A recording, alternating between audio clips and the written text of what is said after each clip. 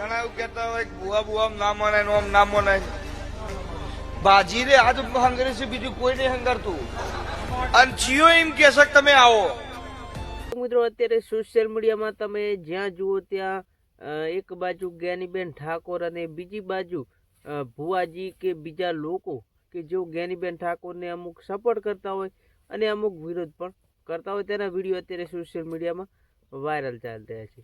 ત્યારે મારા ભાઈઓ તમને જણાવી દે કે જ્ઞાનીબેન ઠાકોરે મિત્રો એક જે સંમેલન હતું તેમાં મિત્રો જ્ઞાનીબેન ઠાકોરે કહ્યું હતું કે તમે અંધશ્રદ્ધાથી દૂર રહો અને દશામાનું વ્રત ન કરવું એવું પણ કહ્યું હતું।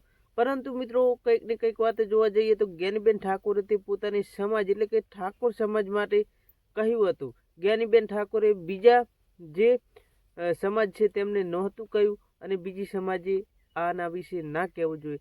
ત્યારે મારા ભાઈઓ બીજી બાજુ જોવા જઈએ કે જેઓ ભુવાઓ કહી રહ્યા છે કે તમે દેવ દેવતાઓનું અપમાન કરો છો અને ભુવાઓને ખોટા કહો છો, તમે હંમેશા હિન્દુ ધર્મને બદનામ કરવાનું કહો છો।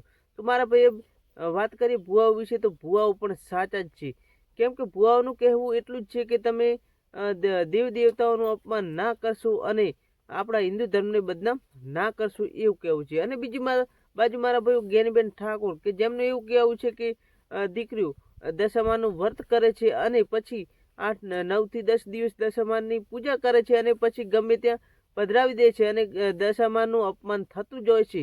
આ બાબતે જ્ઞાનીબેન ઠાકોરનું એવું કહેવું છે કે તમે દશામાનું વ્રત તો કરો, પરંતુ જે દશામાની મૂર્તિ છે તેને સારી રીતે પધરાવો અને જે ઢોંગી ભુવાઓ છે તેમનાથી ચેતી જજો, કેમ કે ઠાકોર સમાજ જે છે તે હંમેશા આવા ઢોંગી ભુવાઓના ચુંગલમાં ફસાતો જ હોય છે અને જેને લઈ તેઓ પોતાનું આખું ઘર બરબાદ થઈ જતું હોય છે। તેને લઈ જ્ઞાનીબેન ઠાકોરે ઠાકોર સમાજને કહ્યું હતું કે તમે ઢોંગી ભુવાઓથી ચેતી જજો અને માતાજીને માનો, પરંતુ અંધશ્રદ્ધામાં ના રહેશો। તો મિત્રો બંને બાજુ જોઈએ તો બંને સાચા છે, એક બાજુ ભુવાઓ પણ સાચા છે અને બીજી બાજુ જ્ઞાનીબેન ઠાકોર પણ સાચા છે।